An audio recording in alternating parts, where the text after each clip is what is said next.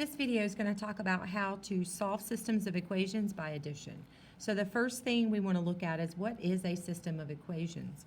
What that means typically is that you have multiple lines. You can have lines or planes actually, and you want to figure out what the solution is. Well, what does that mean to find a solution of lines? Basically what that means is that you want to figure out what point x and y, what value of x and value of y will work in both equations, so that both the x and the y, when you plug them in, will make the equation true.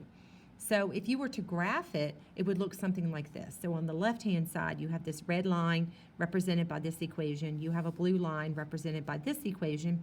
And the solution of that system of equations, meaning more than one line, is going to be this point where they intersect. That point that they intersect has an x and a y value. And so if you were to put in one for x and one for y in either one of these equations, it would actually be true. In other words, the left would be equal to the right.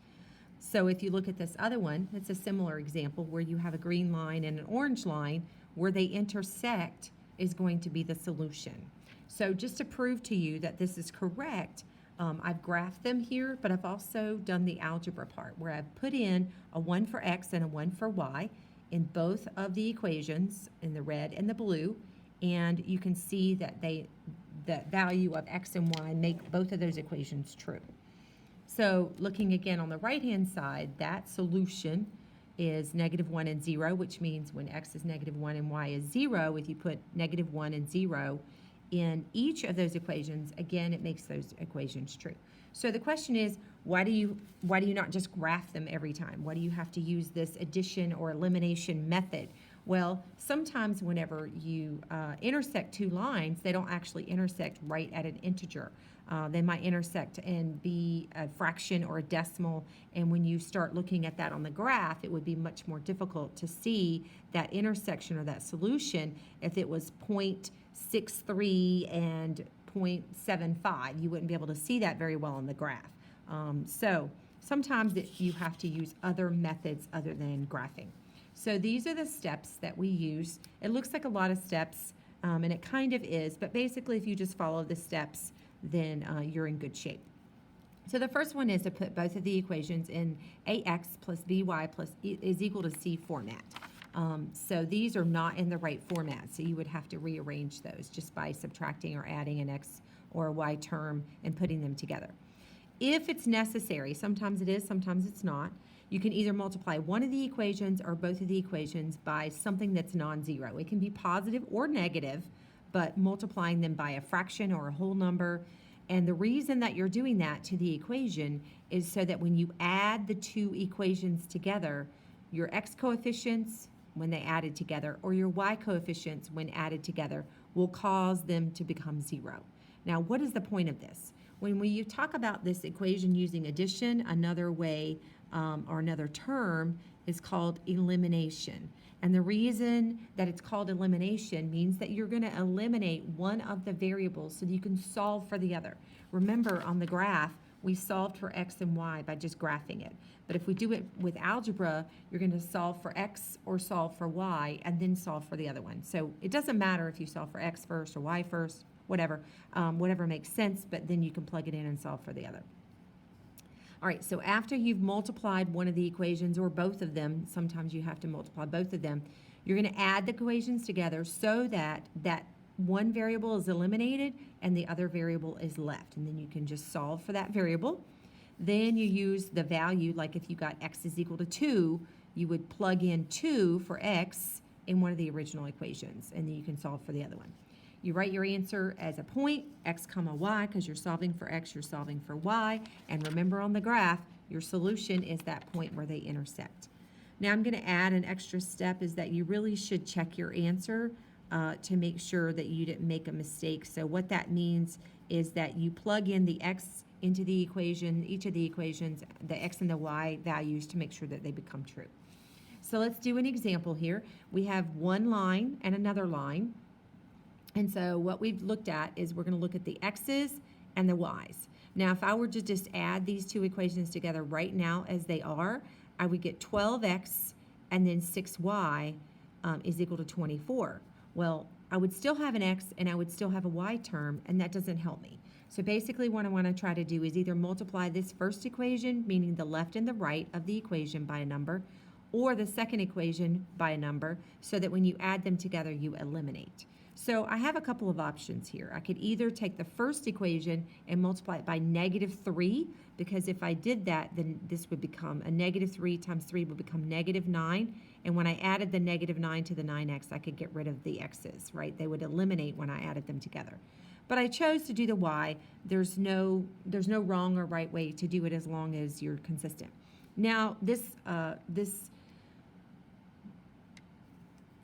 the way this looks on the equation is that I'm multiplying everything through by 4, and you might say, well, why, what algebraically allows you to do that? It's the same as saying I'm going to multiply the left side by 4 and the right side by 4. Because remember, in any equation, whatever you do the left of the equal sign, you have to do the same thing to the right of the equal sign. So I can either multiply or divide or add or subtract. As long as I do something to the left and to the right, it will maintain its equality.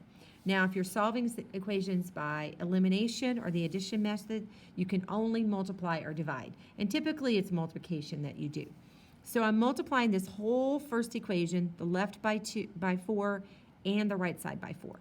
So 4 times 3 is 12, 4 times 2 is 8, 4 times 48 is 192. I multiply both sides by 4. Now again, why did I do that? Is because I want to be able to add equation 1 and equation 2 together to eliminate one of the variables. I chose to eliminate the y variable. You could have chosen the x. It doesn't matter. You would get the same answer. So now this is the same as equation 1. I just multiplied the left and the right by 4. I'm going to add them together. So I have 21 x's. I have no more y's because the -8 and the +8 turn out to be 0, or sometimes we say cancel, but they turn into 0. So you don't have a y term anymore, and then add these together. Now I can simply solve for x. So what have I done? They were already in ax plus by format.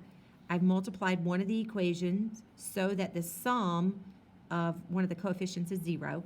Now I'm adding the equations together, and I'm solving for the variable. So I added them together. I'm going to solve for x. Okay, now that I have the x term, I'm going to use the value that we got and put it back in the original equation to find out the y term. Okay, so this x equals 8 can go either in the first equation or the second equation. It does not matter, because if you put 8 in here, you will solve for y and get one value for y. If you put 8 in this equation for x, you would solve for y. You would get the same y, because we're looking for the solution.